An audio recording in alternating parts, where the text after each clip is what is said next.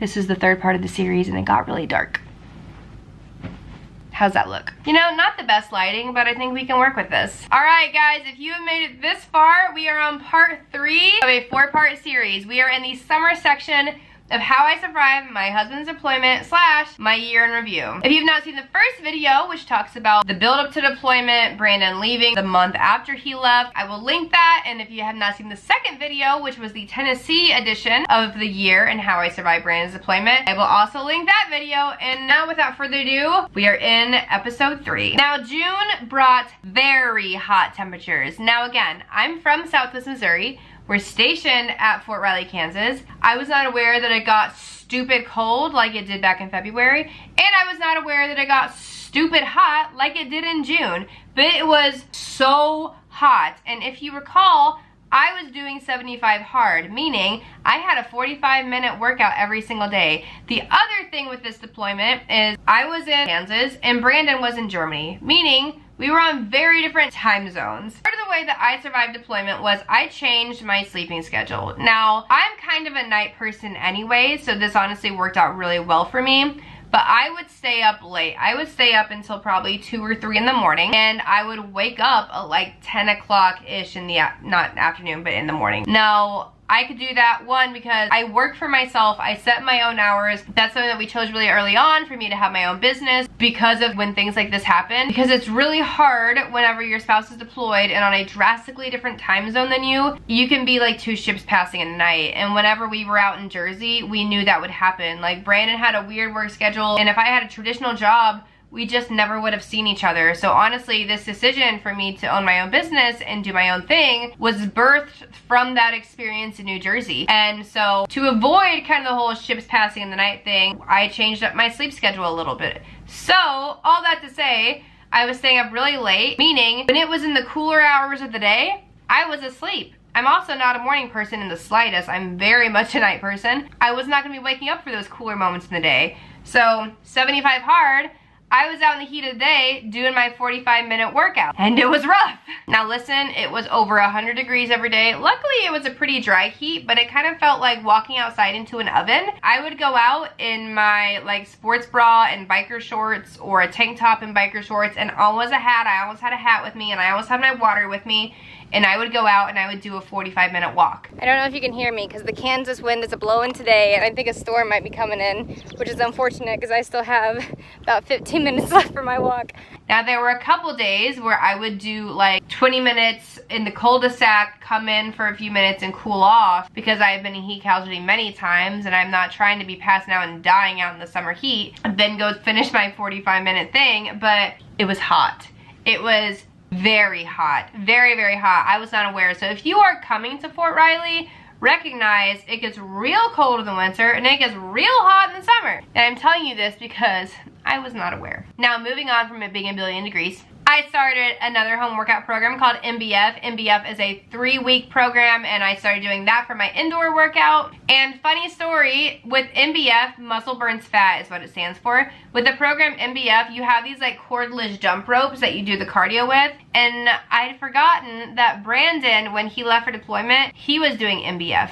So he had the cordless jump ropes with him in Germany. So I improvised and I made my own cordless jump ropes with tennis balls and socks. But I did not have any excuses and I got it done. I tried on a whole bunch of cute outfits for my Disney trip that was coming up. Brandon and I started watching Loki together. We are big Disney nerds. We love Marvel, and Loki came out. And so on the weekends or when he was off, we would both get on FaceTime and we would say 3, 2, 1, and we'd start it at the same time and we would watch it and we would like react with it together and talk about it. So that was something really fun that we did together. I got a cute new swimsuit. I helped my friend Allison hang up some new decorations in her house. The reason this is a big deal is because Allison had never used a power tool in her life. She had never used a drill before. It was kind of adorable, but it was also kind of empowering. It was just like the two of us ladies out there putting up decor in the home, and it was fun, it looked great, and I was really proud of ourselves. So this is your lesson. You don't need no man. You can do this. You are an independent woman. You can hang up those decorations. You can kill those spiders. So the good news is I'm not actually afraid of spiders anymore. It's kind of insane. There's a giant spider right there. My cat's been playing with it. And I'm just gonna, hey, stop it. And I'm just gonna Just gonna step on it. This is growth, people. No. You can get the snakes out of your house. There is a snake inside of my house. It is small, but it is inside my house and I don't know what to do. A story is coming soon. Maybe not the snake thing, but you can kill the spiders. You can do the heavy lifting. You can mow the grass. You can do all the things. I believe in you. You got this. I continue doing 75 hard. I experienced some beautiful Kansas sunsets. Now again, if you are in Fort Riley, if you have been in Fort Riley, if you are going to Fort Riley, the sunsets here are stunning. Like, they're so beautiful. I went to Mildred Lake with my friend Allison. Again, if you are near Fort Riley, Mildred Lake is this really, really pretty lake out in Kansas. It's actually apparently the largest lake in Kansas. Who knew? And there's this restaurant called The Cove that's like down by the water. So we went one day and we just took a bunch of photos. We had a fun little photo shoot and had dinner together. My friend Susan got us these giant pineapple cups, which is just fun. And I continued to eat a lot of food and take pictures of it. And then we hit July. And July was a big deal because at that point, deployment was half over. There's just something about hitting the halfway mark. We'd survived halfway through deployment and it just felt so good and it was so exciting and so great. In July, I dog sat for my friend Allison. I introduced my neighbor Susan to Hamilton the musical, which is like the best musical ever, and she's a music teacher and she'd never seen it before. My neighbor and I went to our town's community church service. I killed some giant spiders in my house, like for real. These things are huge and I killed them all on my own, like a grown-up. I finished 75 hard. I did it. I was so proud of myself. And the next day, I went to Disney World. Now, the reason why I was going to Disney was because the company that I work with, again, I work for myself, but I work within network marketing. So the company that I work with is called Beachbody, and we normally do like our big annual conference every year, but because of the pandemic, we could not do giant gatherings. And so, since it was a virtual summit again this year, we decided that a few of us from the team would get together, and we were gonna go to Arizona to get together, and then we're like, we can go anywhere. Why are we not going to Disney World? So we went to Disney World for Beachbody Summit. It was so much fun. It was so good to see these girls. I missed them so much. I had not gotten together with anybody from the Beachbody family in like over a year, and just to be back together, the energy was so much fun. We all love Disney. We all love each other. We worked out together. We hung out by the pool together. We ate delicious food together. I recognize that I work with a health and fitness company, but we are big believers in balance, and we ate all the Disney food. We had so many cookies from Gideon's. That peanut butter cold brew. Let me know in the comments if you know what that is, because oh my goodness, it's delicious. We had so much fun. I went to Animal Kingdom with my coach and mentor, Lindsay. I saw the Lion King musical there for the first time. I introduced her to Flight of Passage and Satuli Canteen, which is the best quick service on Disney property. You cannot tell me I'm wrong. It is so delicious. We had a ton of Gideon's cookies. We just had so much fun. We got this huge Airbnb and it was super close to Disney property. We hung out in the pool. We did our workouts in the living room. We listened to the trainings together. We took a bunch of pictures in Magic Kingdom. We went to Hollywood Studios. I rode in the single rider line for the first time. All the other girls were riding Rise of the Resistance, and I decided not to ride it because Brandon and I are going on our Disney World adventure at the end of this month, and I really wanted to ride that for the first time with him because Disney's kind of our thing, and so I didn't ride it, which killed me, but I wanted to save that for Brandon and my trip. That's the other thing with surviving deployment. Make sure you plan something to do together. For Brandon and I, that is going to Disney World and just having a super fun vacation. But make sure you plan something with just the two of you so that you can reconnect and just have fun together as a family. I mean, deployment's hard and you guys deserve it. But oh my goodness, it was so fun. The fact that I met all of these girls through Beachbody. They're some of my best friends. Those are my people. It was so much fun. The photo shoots and the food and just the laughs that we shared. It was such a good little break to be with like-minded people that are just positive and happy and supportive and loving and amazing. So My Disney trip was amazing. Honestly, my business has kind of saved me a lot of times with deployments, especially when we were in Jersey, when I didn't have any friends at all. It was so lonely and Brandon was always gone for work and it was just so hard. That's honestly when I really started building my business, and I hit some of my biggest milestones when he was gone, because when he's gone, I needed something to just pour myself into and really work hard at. And for me, that became Beachbody. I met some of my best friends. It started as virtual friends and it blossomed into real life friendships. And I will never stop being grateful for this opportunity. I will never stop being grateful for this business that kind of fell into my lap. So if you are looking for something like that, if you need something like that, I'm gonna drop a link in the description box here and we can talk about if this business is something that would be good for you. And I'm gonna be completely honest, it's not for everybody. But if you're looking for something like that, if you're in need of something to kind of pour yourself into during this deployment, reach out to me, let's talk. I would love to have you on the team. So after the Disney Summit, I headed back to Kansas, but not before going to my first fancy lounge using my fancy credit card. If you don't already know this, military members get the American Express Platinum card without having to pay like the $600 annual fee. That's completely waived. So if you travel a lot, this card is amazing. We get Uber credit every month. We get access to all these fancy airport lounges. After a very long, stressful travel day, once I was finally able to check my luggage, I came to, I believe it's called, yeah, the Club MCO. And I'm so glad I came here because once I came in, it was instantly more relaxing. They have showers here, they have food. The chicken enchilada soup and the tomato bisque, I had both of them. They were both delicious, like full on delicious, would order in a restaurant type of good. Right now I'm in the working area because I was just doing some editing and getting my footage uploaded. But there's a place to relax, there's a bar, everything's complimentary, and I cannot express to you, the moment I walked in, I instantly just felt better. The Club MCO Lounge, phenomenal, so highly recommend. Now I'm gonna go hopefully board my flight because it has been delayed and undelayed and delayed and undelayed a few times. So we're gonna go hopefully get on that flight and head back to Kansas City. Now after I got home, I went to my friend Kathy's coffee shop for the very first time. It's called Zeb's. It's in Eudora, Kansas. I did a lot more dinner with friends. I had a lot more coffee, as always. I mowed the terrible grass a billion times, and let me tell you, mowing the grass is my least favorite deployment chore. I hate mowing the grass so much.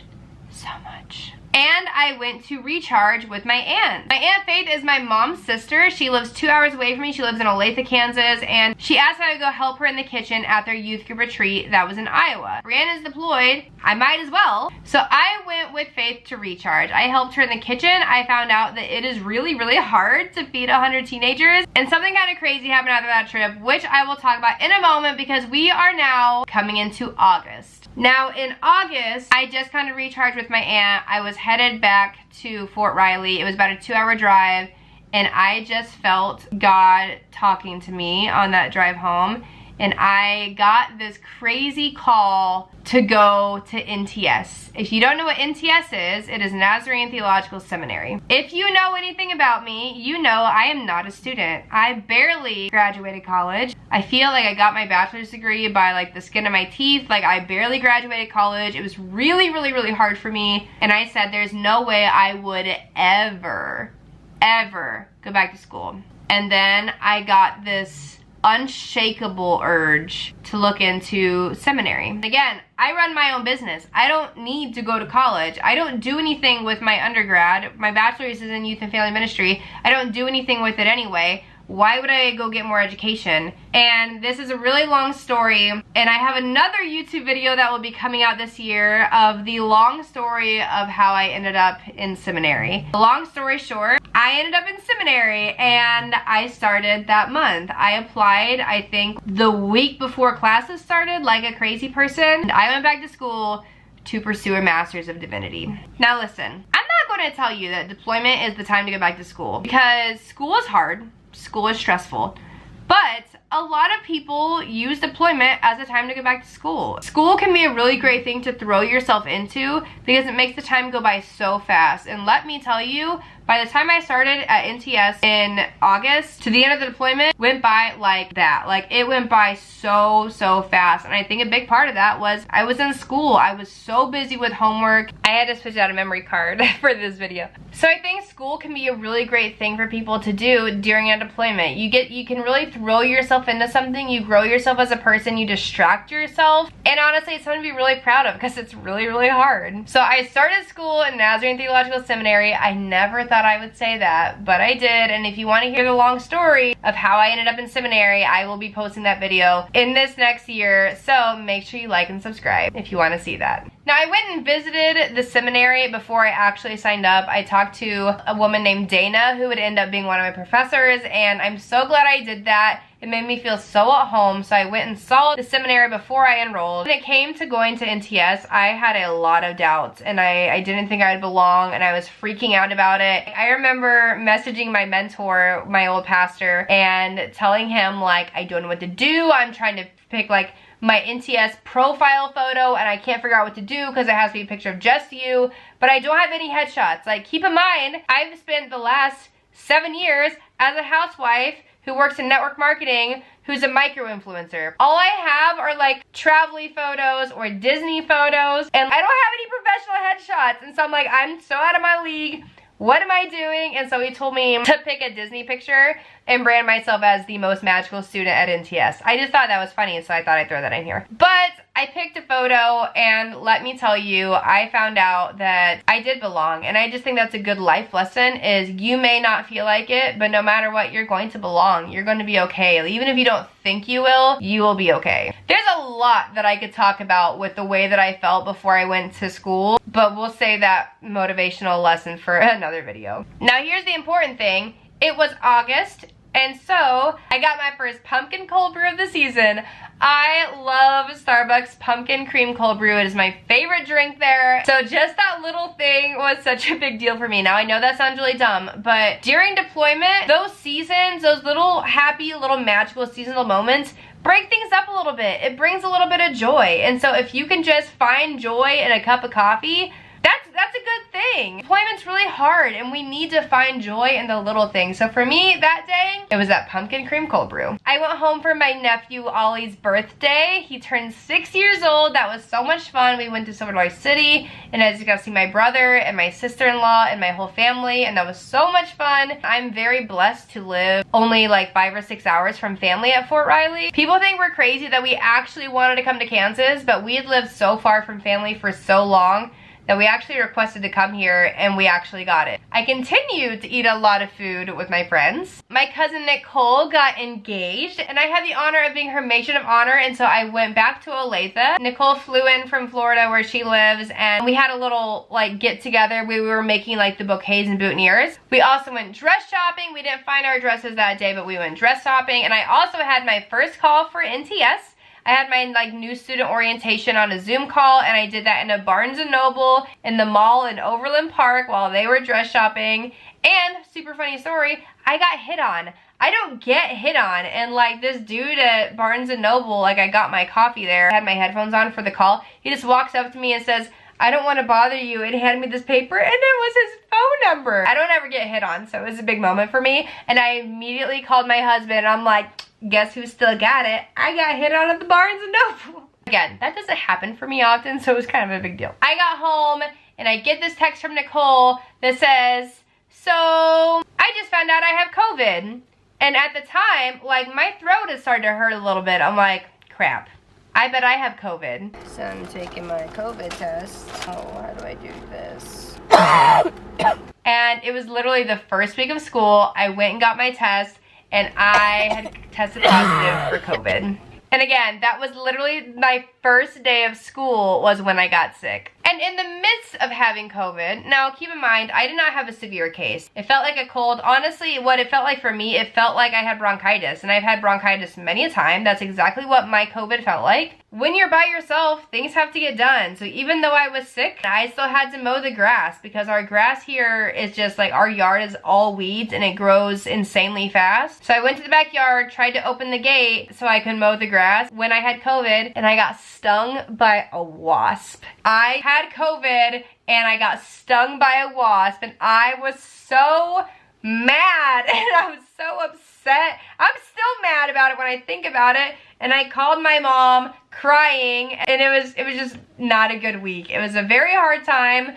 But I will say, when I had COVID, people rallied around me. I am an Enneagram 2, so if you know the Enneagram, you know that 2s are very loving and giving people to everyone else, but we have a really hard time receiving that love in return. And so I had people rally around me, which was honestly really hard for me, but was also really life-giving at the same time. Like, I found people truly loved me and cared about me. I had people bringing me meals. I had people bring me groceries. I had people bring me medicine and macaroni and cheese and ramen noodles, and somebody brought me a flower and stuff to make a medicine ball, like with the Starbucks drink, and it was just so kind and thoughtful and generous, and I felt so loved. So I finished out the month of August, and I'm finishing out this video with COVID. I started school, I had COVID, we were over halfway through deployment, and it was hard, but it made me realize how loved I was, because the hardest times in our life, we can always find the most beautiful pockets of light. And that's something I really, really believe in, is anytime something really terrible is going on, there's always good. You just have to search for it, but it's always there. So that was the end of my summer during deployment. My battery's dying, so I'm gonna say goodbye. I'll see you in the next video. Love you guys. There's a snake inside of my house. It is small, but it is inside my house and I don't know what to do. I need a man. Crisis averted. I met the neighbor. I called Susan, my neighbor Susan, freaking out because she's an extrovert and she's met all the neighbors. And I'm like, there's a snake in my house. I don't know what to do. So she texted one of our neighbors and he came over and got out of my house. It wasn't big and it wasn't poisonous, but I mean, I'll tell you the story in a minute, but there was a snake in my house. I didn't realize I was afraid of snakes. So I've had a moment to collect myself. Okay, so the snake, it wasn't big. It was probably like about a foot long. It was skinny, like it was the little guy. And he wasn't poisonous, because I looked at him. He didn't have a rattle or anything on it. It's probably like a corn snake or whatever they're called.